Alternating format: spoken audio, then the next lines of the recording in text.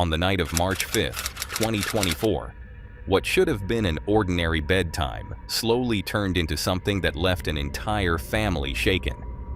A young girl was still awake well past when she was supposed to be asleep, sitting on the floor of her bedroom, surrounded by toys, completely absorbed in her own little world. The house was quiet. Nothing seemed out of place. But, according to her mother, around 11 p.m., the surveillance camera installed in the child's room captured something that they still struggle to explain.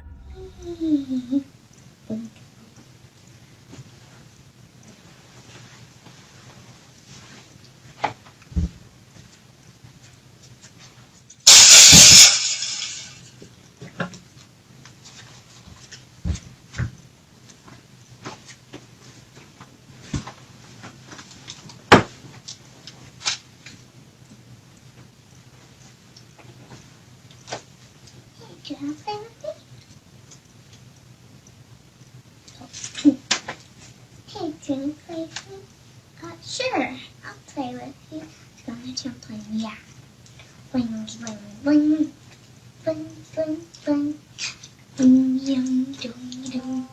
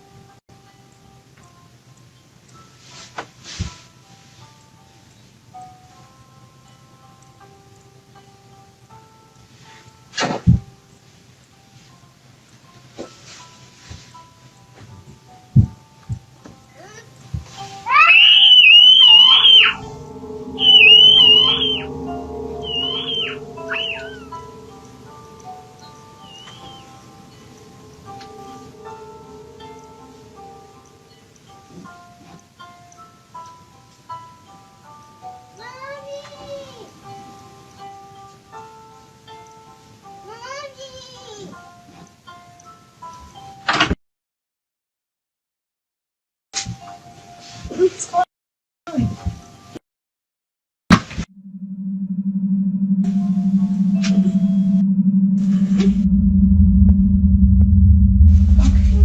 Let's go. Let's go.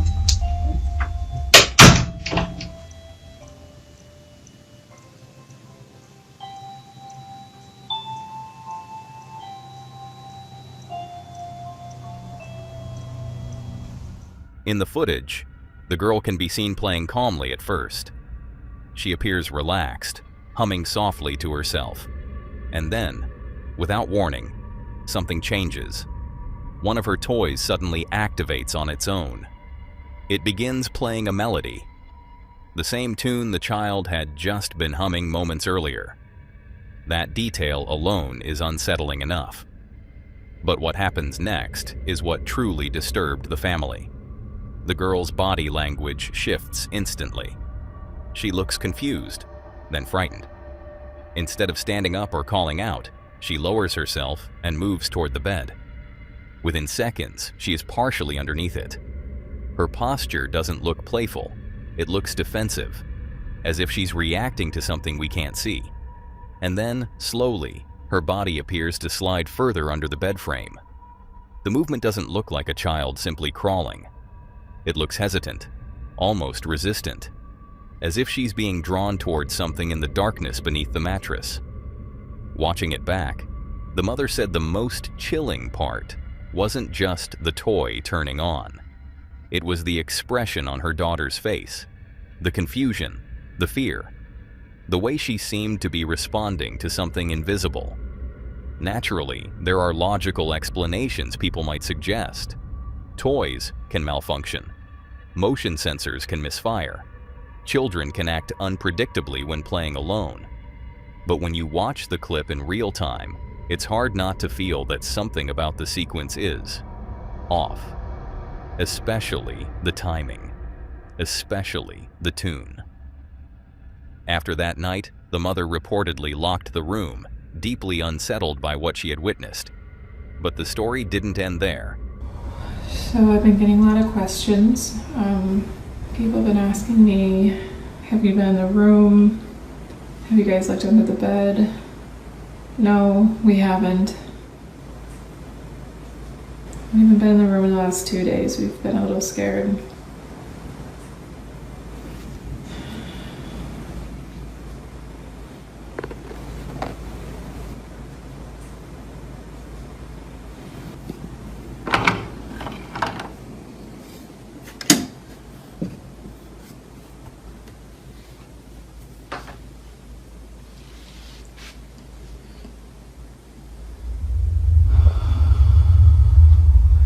Be this scared right now.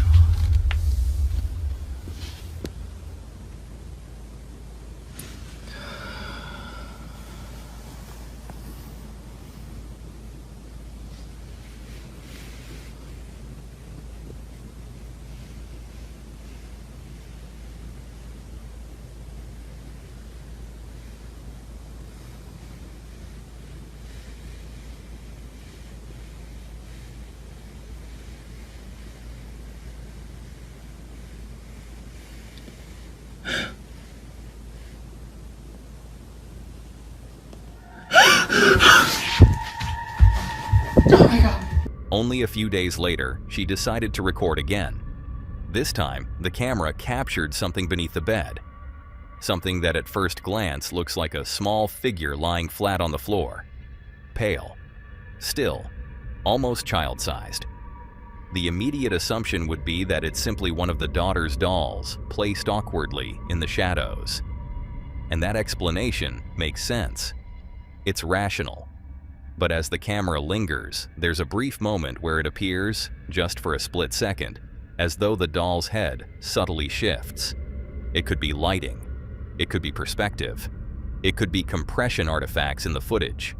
But in that instant, the mother panics and rushes out of the room. Even if we accept the most logical explanations, a toy glitching, a doll positioned in a way that tricks the eye, there's still one question that's difficult to shake. What made that little girl retreat under the bed in the first place? Was she responding to something she imagined? Something she misinterpreted? Or something that wasn't captured clearly enough for us to see? Let me know what you think. Was this just coincidence and faulty electronics? Or is there something about this footage that genuinely unsettles you? I'm curious about your theories, but if that footage makes you question what might be hiding in the dark, the next story proves sometimes the threat isn't under the bed at all. It's coming through the device, watching you. Quick interruption. If you're enjoying this video, why not hit that subscribe button? We're on a mission to hit 500,000 subscribers, and when we do, 3 lucky fans will win a limited edition CreepyVids hoodie or shirt. Right now, 61.4% of you watching haven't subscribed yet. It's completely free, and your support helps us make even more awesome videos. So, don't miss out. Subscribe now, and let's get back to the video. Ashley Lee May, a mother of 3, had installed a Ring security camera inside her daughter's bedroom back in December of 2019. Like many parents, her intention wasn't surveillance for control, it was peace of mind. A way to keep an eye on things while giving her children independence. The camera was positioned in the room as an extra layer of security. One day, one of her daughters, Alyssa, heard a voice coming from inside the bedroom. At first, she assumed one of her sisters was playing a prank or trying to scare her. So she walked into the room expecting to find someone there. But the room was empty. Almost immediately, the voice began speaking directly to her. It wasn't muffled, it wasn't distant, it was clear, and coming through the camera's speaker. The person on the other end began repeatedly directing non-monetizable and inappropriate language toward Alyssa. What? Hear you.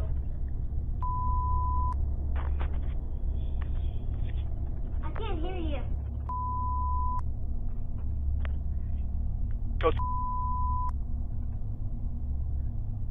Say it with me. The footage shows Alyssa looking confused, trying to figure out where the voice is coming from. She walks back out of the room and calls out to her family, saying she can't hear them clearly, still assuming someone inside the house is playing a trick. But no one answers. no one admits to it.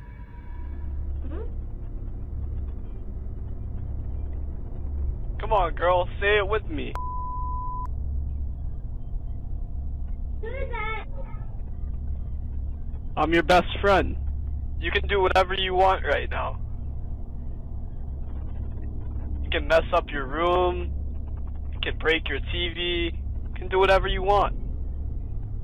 Who is that? I'm your best friend. I'm Santa Claus. Mommy! I'm Santa Claus. Don't you want to be my best friend? When she returns to the room, the voice continues. This time, it attempts to persuade her to misbehave. Encouraging actions no stranger should ever be directing toward a child. You can see the shift in her demeanor. Confusion turns into fear. Realization sets in that this isn't coming from inside the house. Eventually, she luckily calls out for her parents. Ashley and her husband rushed in and quickly unplugged the camera. Later, they completely removed the system from their home. The incident was ultimately traced back to compromised login credentials. The family had reportedly reused the same email and password combination from another site that had suffered a data breach, allowing someone to gain access to the camera feed. What makes this case deeply unsettling isn't just that someone hacked a device. It's that they didn't just watch. They spoke. They interacted. They targeted a child directly in what should have been the safest place in the house, her own bedroom. Now the next story doesn't involve hackers or passwords, just a locked house and a stranger who apparently made himself comfortable inside it. On June 18, 2017, what was never fully clarified was how he chose that specific home, or how he ended up asleep in a stranger's bed after tearing the place apart. It's disturbing, Flushing, Queens is generally described as a quiet, safe neighborhood. But in late November 2015, footage from a home on 33rd Avenue near Union Street changed that perception overnight. Security cameras captured a man wearing a backpack and a black cap labeled Diamond, approaching the property under cover of darkness. He entered through an unlocked back door. What followed was methodical. Inside, he moved carefully, almost theatrically, rising onto his tiptoes to avoid detection. Then, at one point, he dropped down to his hands and knees, crawling across the floor with what appeared to be a knife clenched between his teeth. The most chilling part? The homeowners were asleep in that same room. He maneuvered quietly, retrieving a cell phone from a dresser. The footage released by police ended there, but the homeowner later explained that seconds afterward, he woke to the sound of movement across the floor. When he rose from the bed, the intruder stood up immediately and fled. No one was physically harmed, but that doesn't lessen what almost happened. Police described the suspect as approximately 6 feet 2 inches and around 200 pounds. Despite the clear footage, he was never identified, never arrested, and what unsettled residents most wasn't what he took. It was what he brought with him: a knife. 3 children were inside the home that night, 2 adults asleep just feet away. An unlocked door was the only thing separating them from something that could have ended very differently. Afterward, the family said they would never leave the back door unlocked again. As for the man captured on camera, where he went next, and what his intentions truly were, remains unknown. Now this next case leaves the safety of 4 walls behind and moves into a place far more unpredictable. In 2009, the disappearance of Bobby and Sherilyn Jamison and their 6-year-old daughter Madison became one of those cases that feels less like a missing persons file and more like a slow, spiraling collapse caught in fragments. From the outside, they looked like an ordinary family in Eufaula, Oklahoma. But behind the scenes, their marriage was unstable, money was tight, and both adults had serious health struggles. Bobby had chronic pain after a major car accident and was on disability. Sherilyn had been diagnosed with bipolar disorder and, according to reports, didn't always stay consistent with medication. In the weeks leading up to their disappearance, the family spoke about starting over. They planned to inspect a 40-acre plot of land near Red Oak, around 30 miles away, and they specifically asked to view it without a real estate agent present. Around the same time, they pulled Madison out of kindergarten after a dispute with the school, and then they went quiet, which at first didn't shock people close to them because they were known to go off-grid and keep to themselves. The alarm only truly hit 9 days later, when hunters found the family's truck abandoned at the edge of the woods on a dirt road, and the inside of the vehicle immediately raised the kind of questions that don't come from a simple, "they got lost." Police reportedly found their cell phones, a GPS unit, wallets, and empty pill bottles. And then the detail that made the situation feel cruel.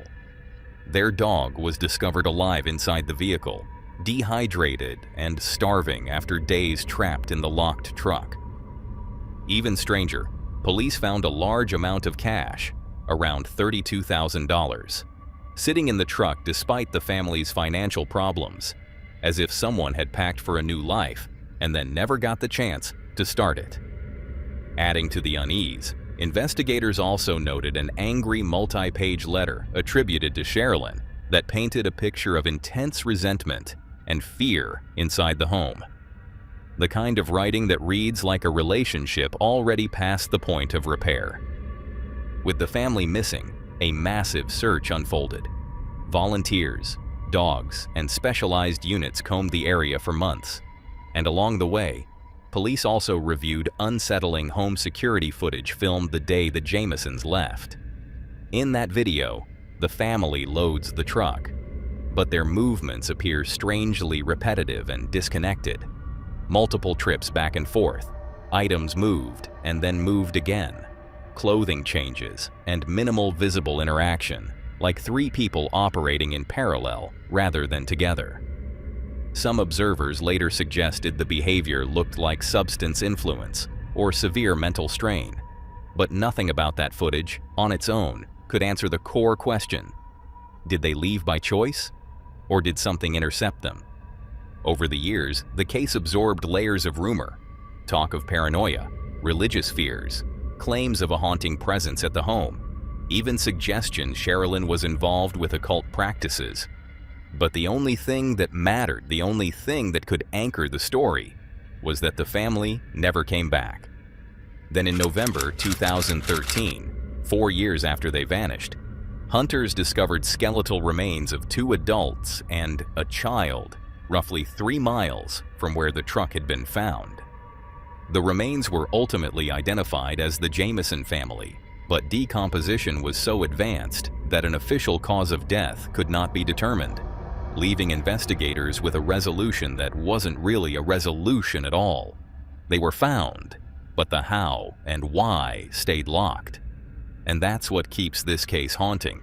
It contains obvious signals of turmoil, money, health, fear, isolation, but none of them cleanly explains how an entire family ends up dead in the woods, with no definitive mechanism, no confirmed suspect, and no single narrative strong enough to close the book. Isolation in the forest is terrifying, but sometimes the threat is only a few feet from your pillow. One quiet winter morning in Hudson, Wisconsin, a woman opened her blinds and noticed something unusual in the fresh snow outside her home. At first, it didn't register as threatening, just marks disrupting an otherwise untouched blanket of white. But when she stepped outside to get a closer look, the reality of what she was seeing began to sink in. They weren't random tracks, they were footprints, and they weren't scattered across the yard. They led directly up to her bedroom window. The impressions in the snow showed a clear path. Someone had walked from the street toward her house, stopped directly beneath the window where she slept, and then turned around and walked back the exact same way. There were no other tracks, no signs of wandering, just a deliberate approach and retreat. The realization was chilling. Someone hadn't just passed by. Someone had come specifically to her bedroom window, likely at night, and stood there. Concerned that whoever made those footprints might return, the woman installed a security camera outside her home, positioning it carefully so that it covered the area beneath the window. She didn't know if she was being paranoid, but she didn't want to take chances. A few nights later, her fear was confirmed.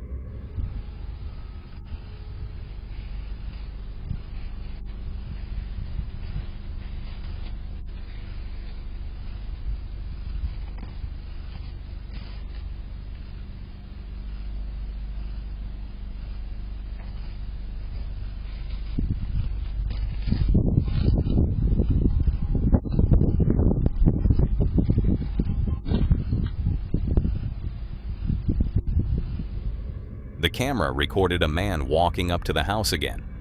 He moves with purpose. There's no hesitation in his steps. He approaches the same window and appears to peer inside, lingering just long enough to make it clear that this wasn't accidental. He wasn't lost. He wasn't confused about which house he was at. He was looking in. Police were contacted immediately and shown the footage. What began as an unsettling mystery quickly turned into something much more concrete. Investigators traced a vehicle seen leaving the area around the time of the incident. That vehicle led them to a man named Robert Cessna. On paper, Cessna was the last person you might expect in a situation like this. According to his professional profile, he held a high-level executive position at 3M as a global key account vice president. A respected corporate figure, a public-facing professional. But when compared to the footage, police noted clear similarities between him and the man captured on camera. When contacted, Cessna denied being the individual in the video. However, after interviewing neighbors and reviewing additional evidence, investigators concluded that he had not been truthful. The evidence placed him at the scene. Ultimately, Robert Cessna was charged with felony stalking. He was later terminated from his executive position.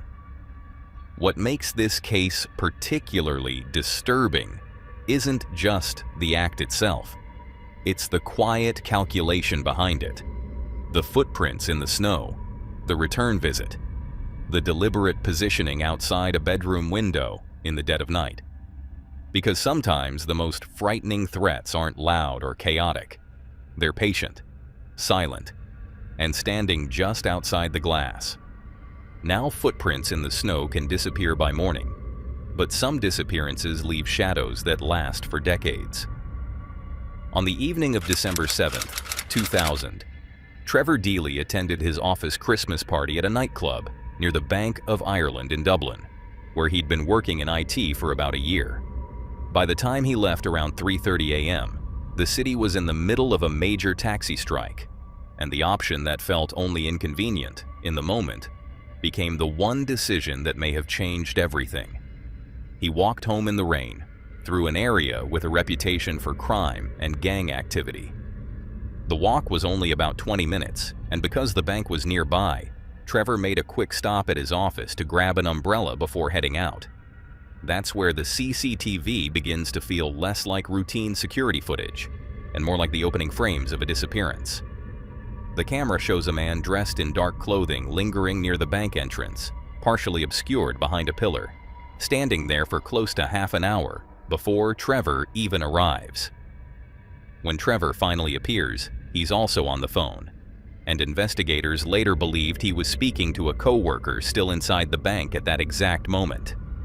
As Trevor reaches the gate, a second dark-clothed figure steps out of the shadows and speaks to him briefly. Trevor doesn't appear panicked. He doesn't seem to recognize danger, or even recognize the person. He goes inside anyway.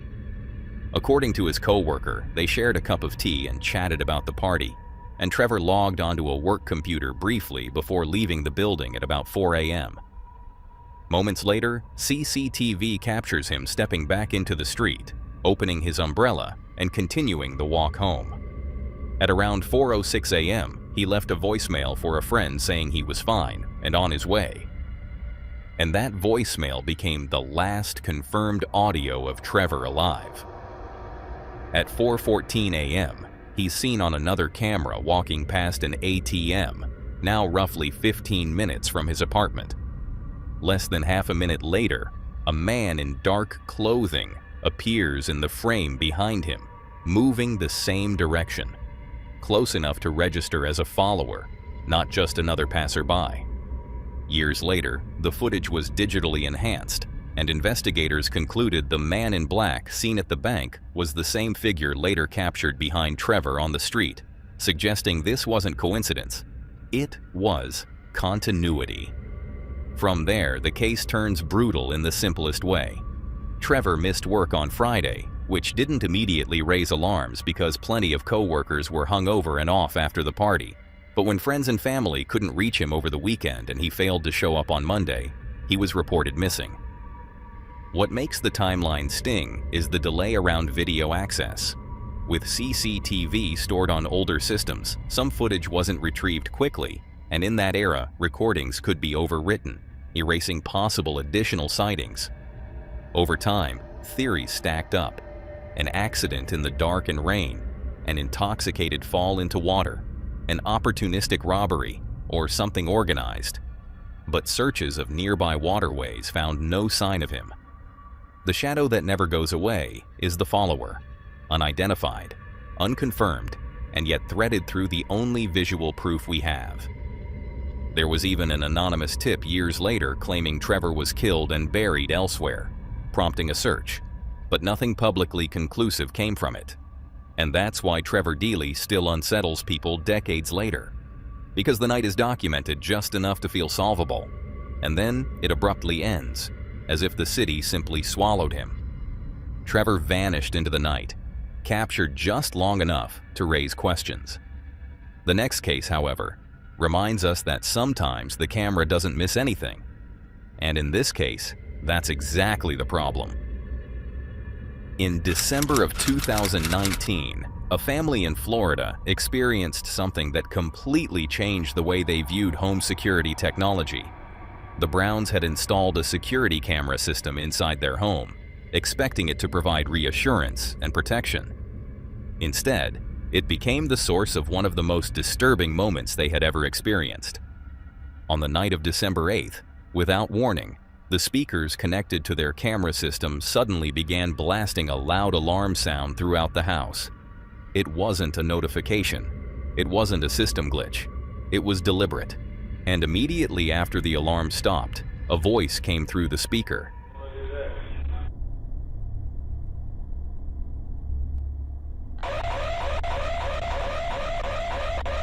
Main man Shaq, it's your boy Chance on Nold. Welcome to the Noldcast. Wait, so did your child come out black or like kind of like light skin? I don't know. What? Nothing? The voice began berating the family with hateful and aggressive comments. It wasn't random noise or distorted audio. It was someone speaking clearly and intentionally. At one point, the individual mentioned the couple's son. What makes that detail especially disturbing is that their son had not walked in front of the camera that night. That suggests the person on the other end hadn't just gained access moments before speaking. They may have been watching the family's live feed for an extended period of time, possibly days, observing routines, movements, and conversations without anyone realizing it. The Browns later said the most unsettling part wasn't just what was said. It was the realization that they had no idea how long someone had been silently watching them before choosing to speak. For nearly 3 minutes, the hateful commentary continued to blast through the speaker, filling the room. It wasn't subtle, it wasn't brief. It felt invasive and personal. Can you bring like a web browser up on your phone and then type in the website that I tell you? No. Why? I'll leave you and your family alone. Or I could do this.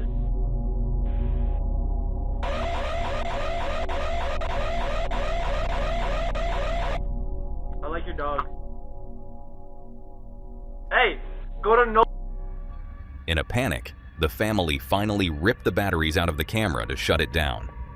After that night, the Browns decided they would no longer use any kind of home security camera system in their home.